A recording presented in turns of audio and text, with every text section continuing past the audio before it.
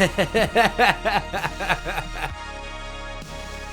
Scott. I'm Ben. And this is a review. On today's episode, which is episode 64, we'll be reviewing not Hellboy. Today we'll be reviewing Guava Island.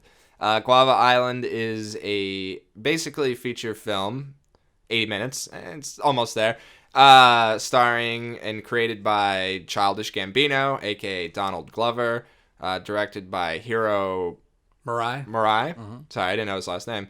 We always just call him Hiro because he's the hero of Atlanta, the guy that directs like all the best episodes of Atlanta. He's been directing Barry now. Mm-hmm. He directed This Is America. He directed a lot of Childish Gambino's music videos.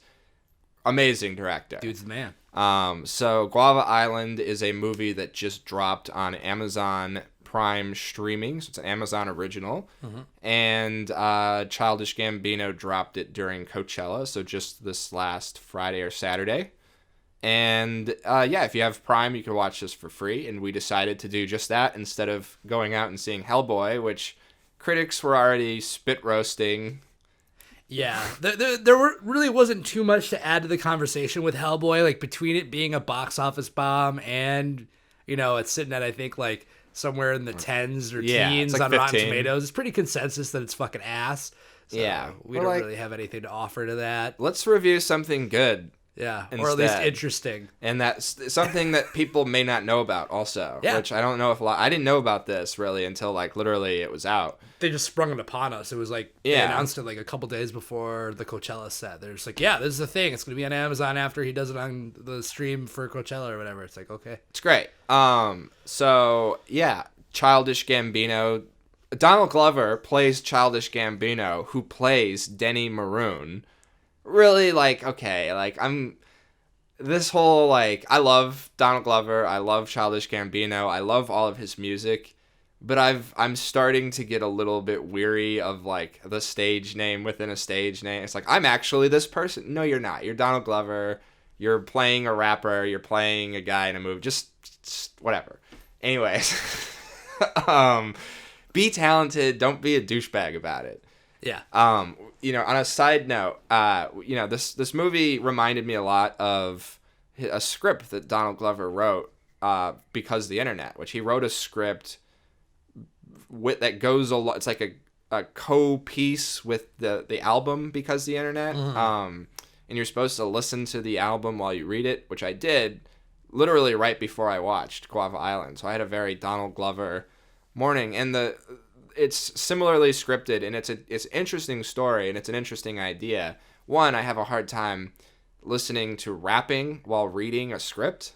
That's just, I don't know. Well, no, I don't think that's invalid because, like, with rap, like, especially, like, Childish Gambino does do a lot of, like, lyrical wordplay, and, like, I think if you're not able, like, that takes away from the experience of listening to rap or hip-hop, because, like, good rap or hip-hop has really good lyrical wordplay and wordsmithery, and if you're reading words on a page, you're already, like, limiting your processing of, like, the words coming at you, like, in semi-spoken word form. Right. Or, and so as a result, I ended convoluted. Up kind of not paying attention to either. As now, there were certain moments where the song and the text synced up in a nice way, and it was kind of neat at times, but overall...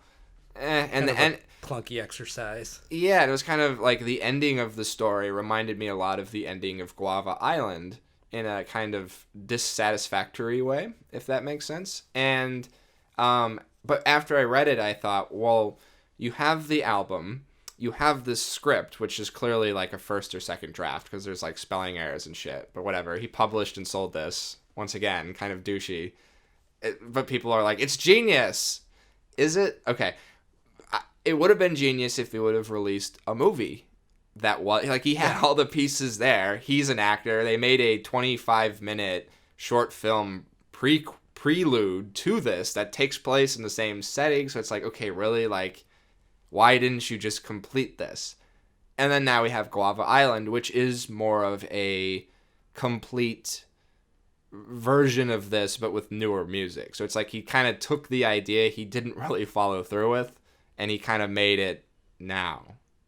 Yeah. And so now that's what we have with Guava Island. So it's basically the summer pack, so Summer Magic and It Feels Like Summer. Is that It those feels like two? summer. Yeah. And then This Is America. Yep. And then the song he did on SNL That while Saturday back. song. Yeah. Saturday. Yeah. And then Yeah. there's like one or two other songs we haven't really heard, I think. Yeah, there's one like brand new one in the very beginning. Yeah. That intro with the cartoon. animation. Yeah.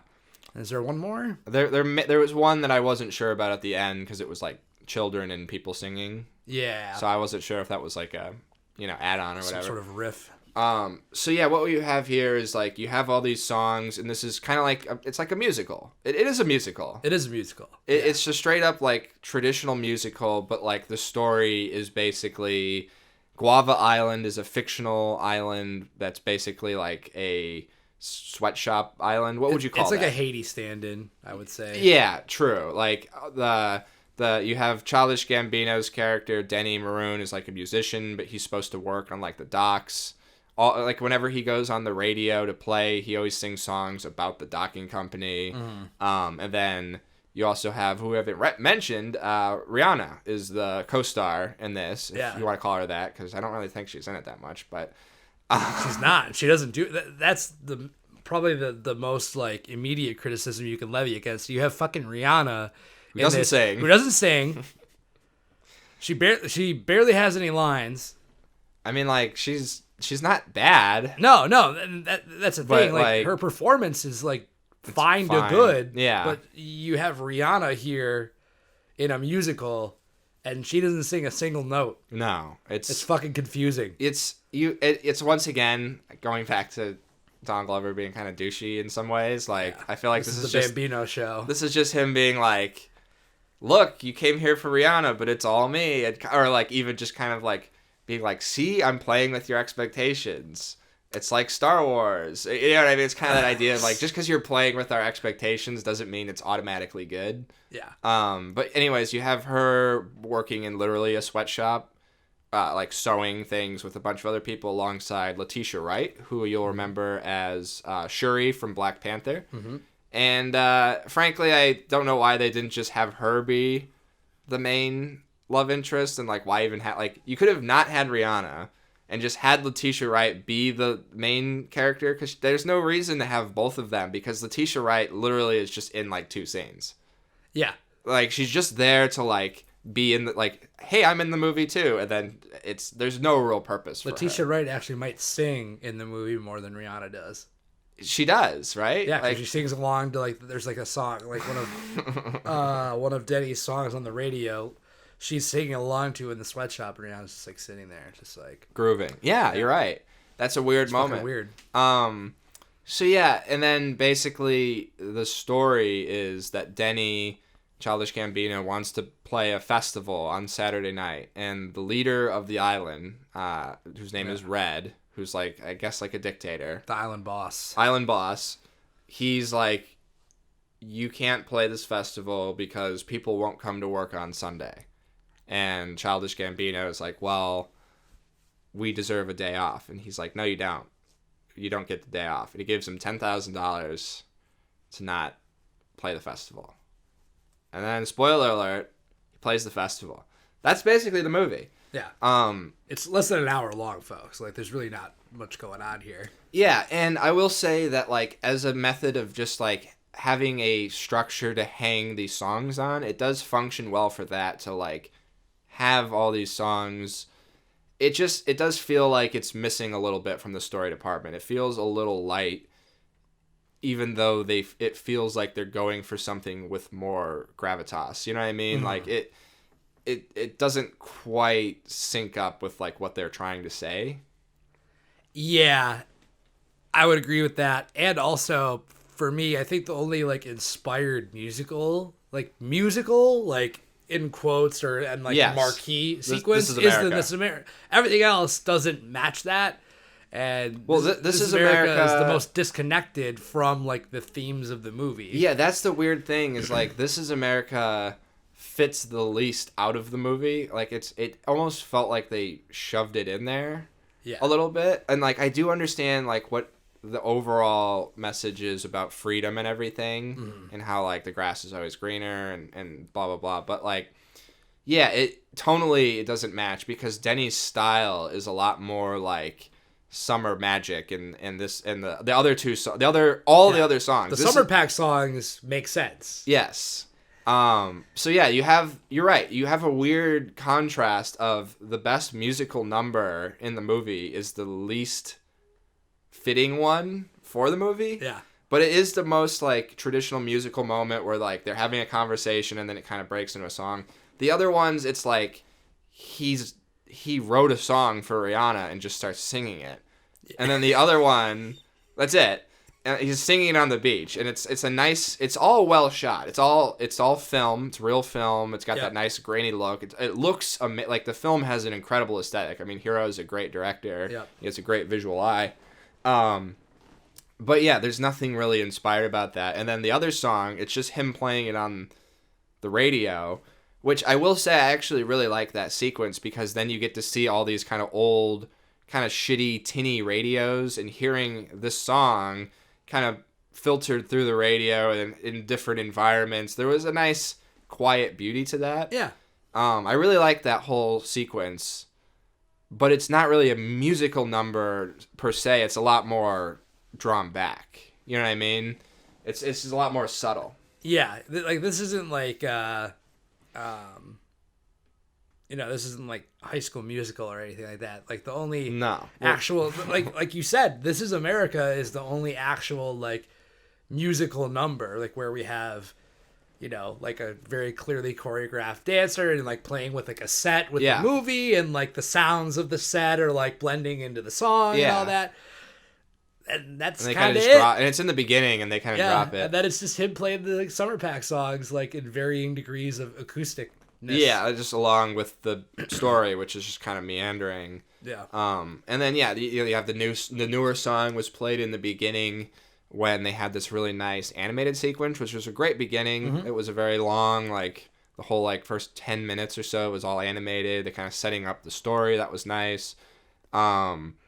They made it out to be like this little fairy tale, and then it had the feeling, but then like I never really bought Rihanna and Donald Glover's relationship. Like they had no chemistry. No. she didn't seem like she wanted to be there. No. And like he'd be doing his weird like This Is America dance, and it was like cool at first, and then like he kept doing it, and it got to a point where they were doing it on the dock together, and it was really awkward. They were both like doing this weird like dino stomp, like got their T-Rex arms going, and like it was very like once again kind of weirdly contrasted to like the island. It's like so like they're kind of primitive island people, but like they kind of know about this other you never really quite understood the to the degree of what their knowledge of the outside world was. Like it kind of felt isolated, but then it wasn't. Yeah. You know what I mean? You never really get a firm sense of like the context of the place. Like you never really see TVs, really. Like you hear radio, so it's like you get the idea that they're kind of like out of the loop, so to speak. Yeah. Also, I have to mention the fact that everyone in the movie has an accent except for Donald Glover and Rihanna. Rihanna's not trying at all. Donald Glover is barely trying. Yeah, Donald Glover, he sometimes has this like like it's like a bad African accent. Like he's like just trying Jamaican, Haitian like tinge, and then he just kind of like there are times where he just straight up like he like remembers to do it, but then he like forgets again like in the same sentence. So he'll like have one where he'll like enunciate like one specific word, but then like all the words leading up to that word that he like specifically was like, oh, I gotta bring the accent back. Yes. Yeah, it was very his voice. Like yeah, and it was like why commit to having every single person on the island have an accent and then specifically the main characters have these weird it was a weird choice to me. That might have been intentional. That might have been like they might have been doing that for a reason that I'm not picking up on, but like it just felt kind of weird to me. There's also the plot hole of because they shot this all in Cuba. Yeah. So all of the island extras are just Cubans that speak Spanish, and Yes. they just have people they clearly do not speak Spanish like Rihanna and Donald Glover do. Right. And they just have it's pretty apparent that like the rest of the residents or most of the residents speak Spanish, and they'll say like gracias and stuff, and like they come across like these people like these women all like doing laundry. Yeah. And they're all like speaking Spanish, and they're just kind of sitting there just like, gracias, and it's like, get like yeah, there was a lot of just weird unevenness going on like that throughout. That was kind of like, what? So yeah, you eventually get to the festival, and that's kind of the climax of the movie. And I really like the festival scene. I like the song he plays for the festival. I hadn't really heard it before, so that was a nice little moment. And then it kind of ends like he gets chased down by the guy, and that's kind of the ending. But like, this is rated TV MA. We were talking about this before we started the review. It's just rated TV MA, and there's no swearing, there's no violence, there's implied violence, but there's no blood. You don't see anything. There's no nudity. There's not like at one point he's maybe smoking a joint or maybe smoking a rolled cigarette. They don't really show it enough for you to tell. So it's not really like they don't highlight it by any stretch. It's not like a stoner movie. It's not like a sexy movie. It's not like violent. Nothing. Literally nothing. So it's like, once again, I hate to call Donald Glover kind of douchey here, but like, is he just doing that? Did they just do that? Like, I don't think they have any control over the rating. No. But like, how is this rated? It's like not even TV 14. Like this would be like a PG movie. Yeah, frankly, like fringe PG-13. Yeah, just because like if you could take out the smoking, you could, and then like the end scene a little bit, but like really like this is there's nothing going on here. It's very like, tame. So it's weird that it's rated TV MA. I don't really know what's going on there, but this is the same content rating of like American Gods. Yeah, which oh my god, yeah, with like full on pornographic sex scenes and like people getting like their dicks exploded ripped off and fucking like, exploded. Yes, and, like, thank you. Like, it's a little incongruent. Well, and you said that it was described as a musical thriller, and it's like, okay, like you said, the ending, one scene at the end doesn't constitute a thriller when the whole movie is like an island, chill island, slice. I mean, like, obviously it's like a bad slice of life because like it's a bunch of people and they're basically slavery, but you know what I'm saying? Like, I don't know, it's a little like incongruent with what the movie actually is, but the rating isn't really, and the description and the rating isn't in the movie, so it's fine. I think we're ready for final thoughts. Is there anything else we wanted to talk about? I feel like there was, but I mean, like, in summation, like, yeah, the music's pretty good, cinematography's great, it's clearly got some craft behind it, but like, if you were going for like a full-on musical experience and or like a more traditional like a feature film, is not it. This is barely an episode of TV, and it's pretty like, as soon as you go past like the surface level like artistic and technical quality of it, there's, unless you're like a Childish Gambino, Donald Glover like fan or super fan, like we're pretty big fans of this and we have a fair amount of criticisms toward it. So I can't imagine being like a casual or like, you know, not like a huge Donald Glover fan and going into this and really getting much out of it. So I don't know if I can recommend it to folks, because like unless you're a huge Donald Glover fan, I don't know what you would get out of this. What would you rate it out of 10? I'd go with the like IMDb about a 7. Like that seems fair. 7 blue silk worms. Oh yeah, that out of 10, I would say. That was a nice little story thread that went nowhere. Yeah, no, I agree with you. I love Childish Gambino. I love everything he's done to a degree, except for that book has been just, the script has been bothering me more and more the more I think about it. But I mean, you're right, like, I don't want to seem like too harsh on this because yeah, I do think it's technically superbly made. It's not like we always say like a movie looks good and I don't want to give it a pass because every movie should look good. But this doesn't just look good. This has like a unique feel to it. It has that classic film grain. It has a really nice color palette. I really like the shots. So it's really, there's something there worth watching just on a cinematography and like technical level. The music is all great. Whenever they are focusing on the musical numbers, the movie is great. Like that's the stuff you come there for. But yeah, the story, it's not really there. There is a story, but it's not really that interesting.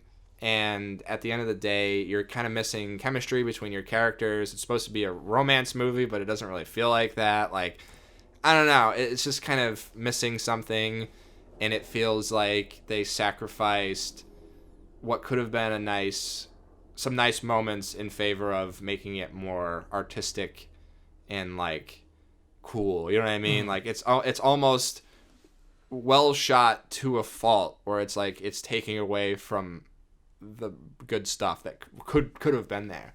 I don't know what I'd rate this because yeah, I would watch this again. I actually enjoyed it enough that I would watch it again just to like have on in the background and just like tune in when the music turns on. Like, Sure. It is worth watching because you can watch it for free if you've got Amazon Prime. Yeah, I'm kind of right there with you. I'd give it an 8. I give it an 8 out of 10 because like once again, I think 8 smashed guitars out of 10. Ooh. Because yeah, there's something going on here. It's worth watching. It's not a big time investment, so it's like you can kind of get in and get out. Sure. But yeah, it's definitely a pretty mixed bag. But the overall things that I like are so much better than the things that I don't like. That's why I'm giving this kind of a more favorable review.